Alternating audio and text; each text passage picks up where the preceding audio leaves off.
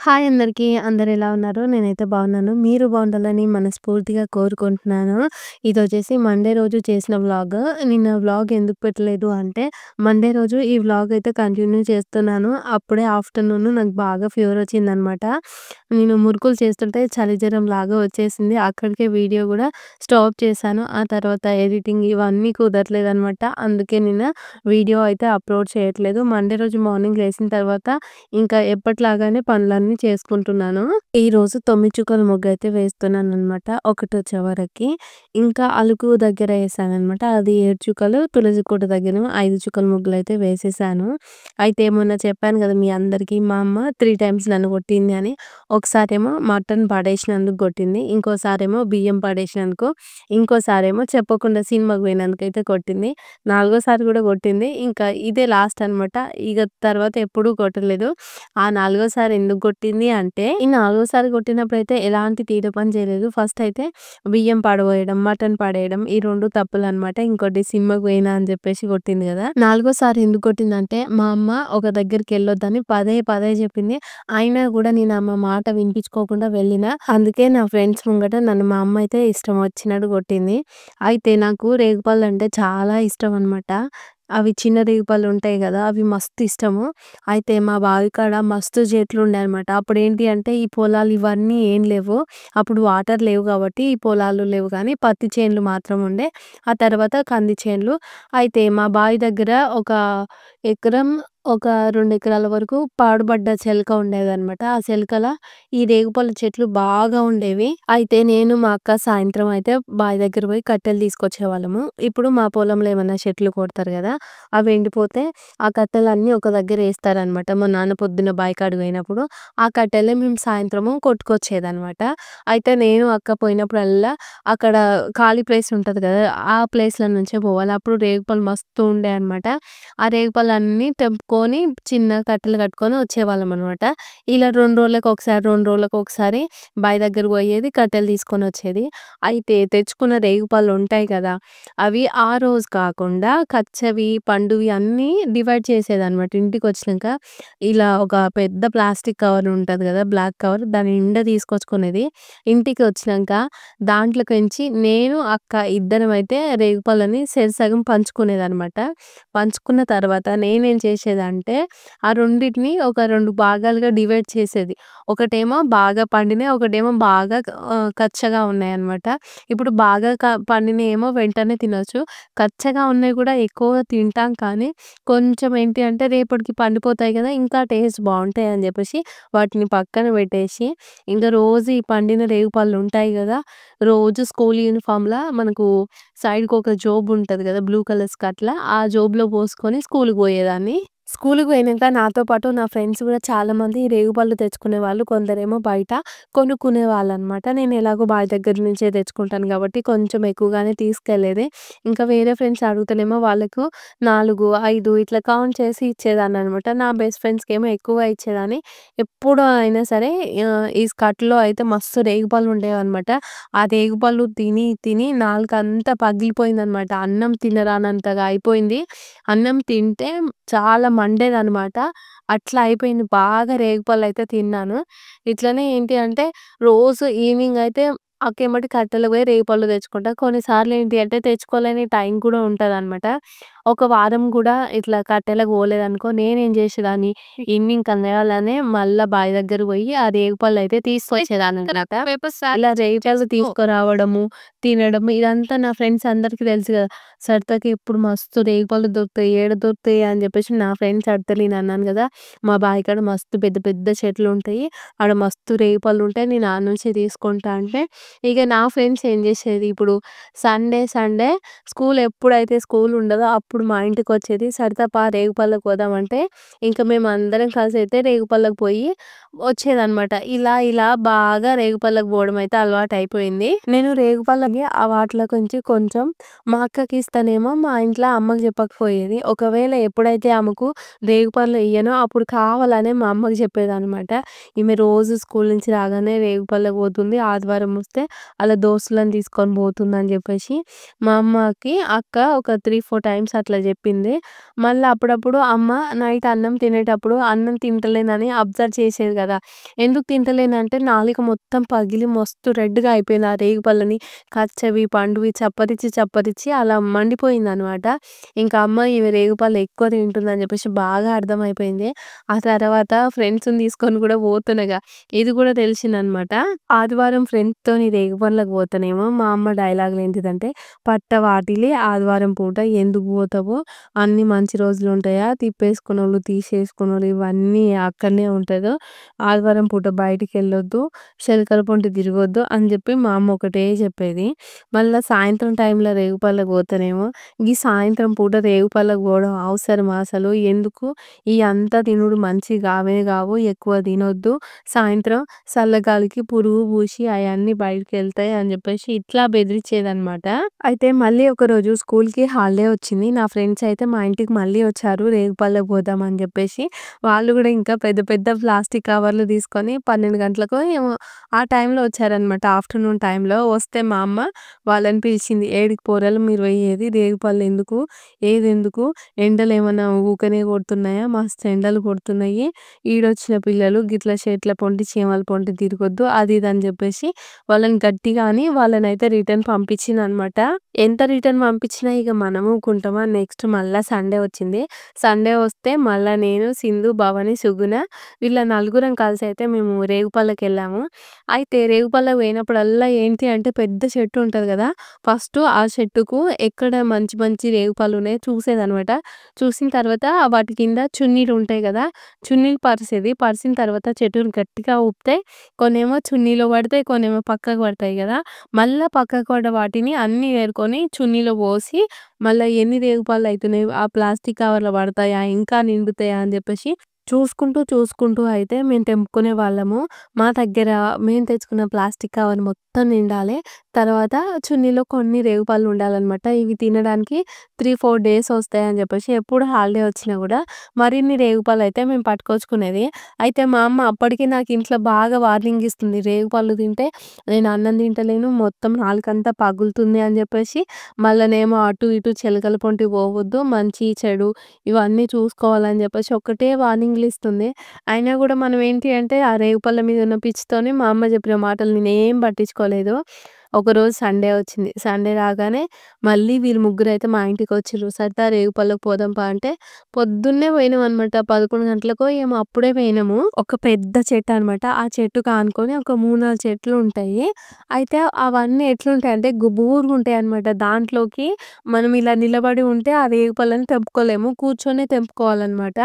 దులిపినా గూడా కింద పడ్డయి మనం ఏరుకుంటాం గదా! ఆ రేగిపళ్ళు ఏంటి అంటే ఇప్పుడు కింద కూర్చున్నా గూడా వాటి కొమ్మలు మన జుట్టులకి, మన చేతులకి గీసుకుపోతూ ఉంటాయి. కానీ పిచ్చి రేగిపళ్ళు ఉండే అనమాట. ఇగ మేము నలుగురం ఏంటంటే ఆ చెట్టుని చూడగానే ఇంక ఎంత కష్టమైనా సరే లోపలికి దూరి చిన్న చిన్నగా ఈ రేగిపళ్ళన్నిటిని ఏరుకుంటున్నాము. మేము రేగిపళ్ళకి పోయింది మళ్ళా మా బాయి సైడే పోయినామనమాట. అటే మస్తు రేగిపళ్ళుంటాయి. అప్పుడు పొలాలనేవి చాలా తక్కువ అని జెప్పాను గదా! అయితే అక్కడ చుట్టుపక్కల ఉన్నవాళ్ళు ఏం జేస్తారంటే ఇలా గుత్తలకిస్తారు గదా! మా అమ్మ ఏం జేసేది నాన్న దగ్గర పనుకి పోయేదని జెప్పాను గదా! అక్కడ పని తక్కువగా ఉన్నా లేకపోతే ఇక్కడ ఎవరన్నా కలువ పిలిచినా గూడా ఆ కలువ పోయేదనమాట. ఆ రోజు గూడా అమ్మ కలువ పోయింది. కాకపోతే మా బాయి సైడ్ కాదు వేరే సైడ్ పోయిందనమాట. పోతే ఇంక నేను నా ఫ్రెండ్స్ అయితే రేగిపళ్ళకి పోయి ఆ చెట్టు కింద రేగిపళ్ళు తెంపుకుంటున్నాను గదా! అక్కడి నుంచి చిన్నగా అయితే ఒక కొందరు మాట్లాడుకునే సౌండ్ అయితే వినిపిస్తూ ఉందనమాట. ఇలా పొలం పనులకు పోయిన వాళ్ళు మాట్లాడుకునే సౌండ్ అయితే వినిపిస్తుంది. అలా వినిపిస్తుంటే దాంట్లో నాకు మా అమ్మ గొంతు ఇనిపించింది. అసలు విషయం ఏంటి అంటే మా అమ్మ కాలువ పోయిందని చెప్పినాం గదా! కాలువ పోయిన కాడ ఒక దగ్గర అయితే నాటేయడం అయిపోయిన తర్వాత ఇప్పుడు మళ్ళా నిన్న మొన్న ఏసిన వాళ్ళ కాడ ఎవరి దగ్గరనైనా నాటు మిగిలిపోతది. లేకపోతే ఒక దగ్గర వరి పీకి ఇంకొక దగ్గర నాటేస్తారు గదా! అలా అయితే చేస్తుంటే ఒక దగ్గర వరి పీకొచ్చిండ్రంట వేరే వాళ్ళ పొలంల. అయితే ఇంకా వెళ్ళిన వాళ్ళ పొలంలో గూడా నాటేయాలి గదా! అయితే వీళ్ళే కూలోళ్ళు కాబట్టి అన్ని పనులు వీళ్ళే చేసుకుంటారు. ఒక దగ్గరనేమో వరి వీకేయాలె, వాళ్ళు ఆటోలో తీసుకొస్తారు. పొలంలో ఏసిన తర్వాత నాటేయడం ఇలా ఉంటదనమాట. ఆ రోజు అమ్మ వరి పీకి వస్తుందనమాట. వస్తుంటే ఆడ చెట్టు కింద మేము నలుగురం అయితే రేగిపళ్ళు తెంపుకుంటున్నాం గదా! తెంపుకుంటుంటే నాకు మా అమ్మ వాయిస్ వినొచ్చింది. విని రాంగానే నేనేం జెప్పినంటే మా ఫ్రెండ్‌కి ఎవరో వస్తున్నట్టు దాంట్లో మా అమ్మ ఉన్నట్టుంది. మీరెవ్వరు మాట్లాడకుర్రి అని జెప్పేసి అట్లనే ఆ చెట్టు కింద దాసుకున్నట్టుగా ఉంది. మా పని మేము జేసుకుంటున్నాం అనమాట. చేసుకుంటే అటు ఇటు నుంచి మా అమ్మ వాళ్ళు వస్తున్నారు గదా! వస్తుంటే ఆ రేగు చెట్టు కింద గుసగుసలైతే ఇన్నదనమాట. ఆ రేగు చెట్టు బాటకే ఉంటది. మరీ లోపలికుండదు. ఉండడంతోని అమ్మ అడిగిందనమాట. ఎవరు పిల్లలు రేగుపళ్ళు తెంపేది? ఎవరెవరు అని జెప్పేసి మా అమ్మ అడిగి బయటికి రారి అంటే మా ఫ్రెండ్స్ ఏమో ఎవరు పోతలేరు. అంటలేరు, అంటలేరు. ఎవరెవరుర్రు చెట్టు కింద రేగు చెట్టు కింద ఎవరెవరు రేగుపళ్ళు తెంపుతాళ్ళు ఒకసారి మీ మొఖాలు చూపిర్రి అని జెప్పేసి అమ్మ అడిగింది. అడగడంతోని మా ఫ్రెండ్ సింధు ఉంటదనమాట. నేనే నానమ్మ అని జెప్పేసి అన్నది.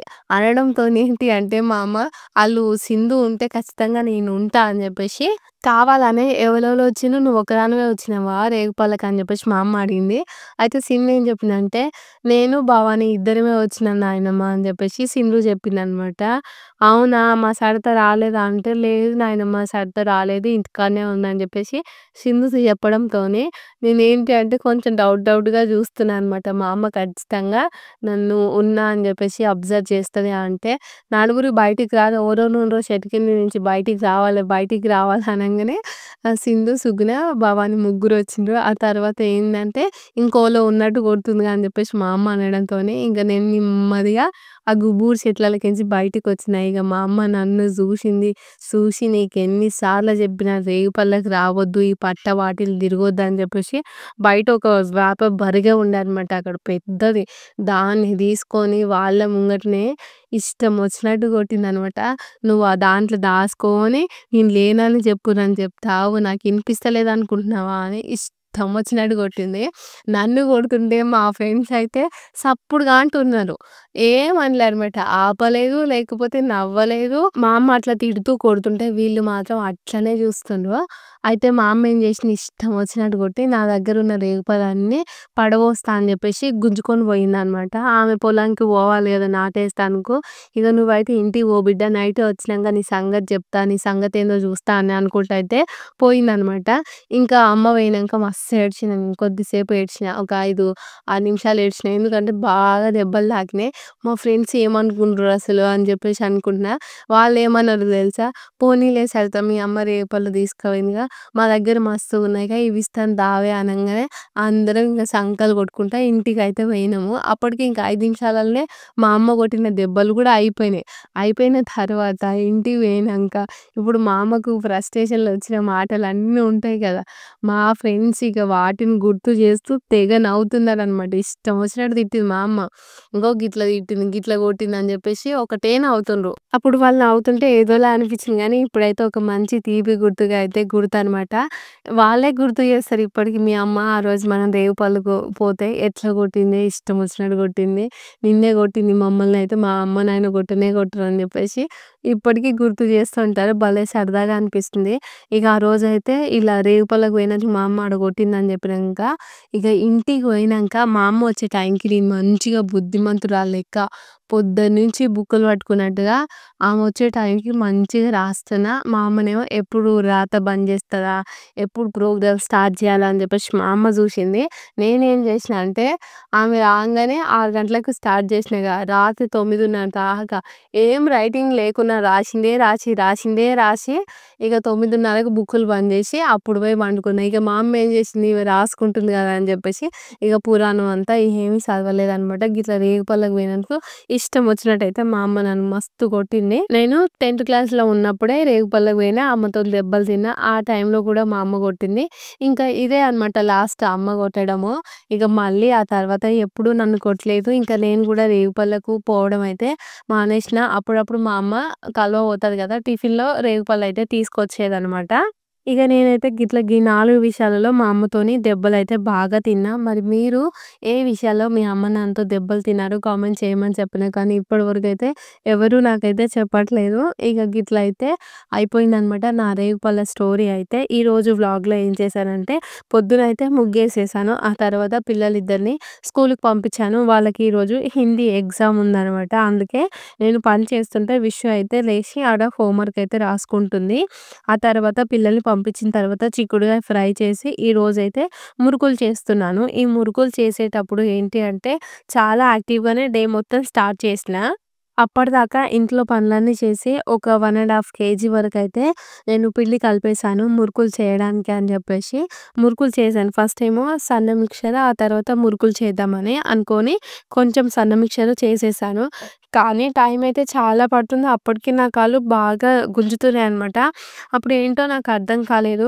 ఏందిరా ఇలా కొంచెం పని చేయక ముందుకే కాళ్ళు గుంజుతున్నాయని చెప్పేసి ఆ సన్న మురుకులు చాలు అని చెప్పేసి అవి పక్కన పెట్టేసి మళ్ళీ ఇలా అయితే లడ్డు మురుకులైతే చేసేస్తున్నాను. ఇవి చేసేటప్పుడే నాకు బాగా కాళ్ళు, చేతులు గుంజుతున్నాయన్నమాట. కొంచెం చలి చలిగా గూడా అనిపిస్తుంది. ఆ టైంలో గూడా గ్యాస్ అయిపోయింది. గ్యాస్ అయిపోయినంక నేనేం చేశానంటే హీటర్ మీద పెట్టేసి కొన్ని మురుకులైతే చేసేసాను.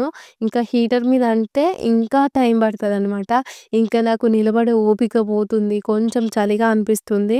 నేనేం చేశానంటే ఇంకా హీటర్ గూడా ఆఫ్ చేసేసి మిగిలిన పిండయితే పక్కన పెట్టేసి పొయ్యయితే కొంచెం అడ్డం ఒరిగిన. అడ్డం ఒరగంగానే మస్తు చలి పెడుతుంది. బెడ్‌షీట్ కప్పుకున్నాను. కప్పుకొని కొంచెం నిద్రపోయాను. అప్పటికే నాకు బాగా చలి జ్వరం అయితే వచ్చేసిందనమాట. నేనేమనుకున్నానంటే ఆ మిగిలిన పిండిని ఈవినింగ్ చేసేద్దాము. ఇప్పుడు కాళ్ళు గుంజుతున్నాయని చెప్పేసి పోయి పడుకునే లోపే చలి జ్వరం వచ్చేసింది గదా! ఈవినింగ్ గూడా పిండయితే అట్లనే ఉంది. నేనైతే మురుకులు చేయలేదు. అందుకే నిన్న వ్లాగ్ అయితే అప్‌లోడ్ చేయలేదు. బాగా మొన్న ఈవినింగు, నిన్న బాగా జరమొచ్చిందనమాట. ఆ తర్వాత ఈరోజు కూడా హెల్త్ అంతంత మాత్రమే అనిపిస్తుంది. చాలా చలిగా అనిపిస్తుంది. మెడిసిన్స్ అయితే 3 డేస్ నుంచి యేసుకుంటూనే ఉన్నా.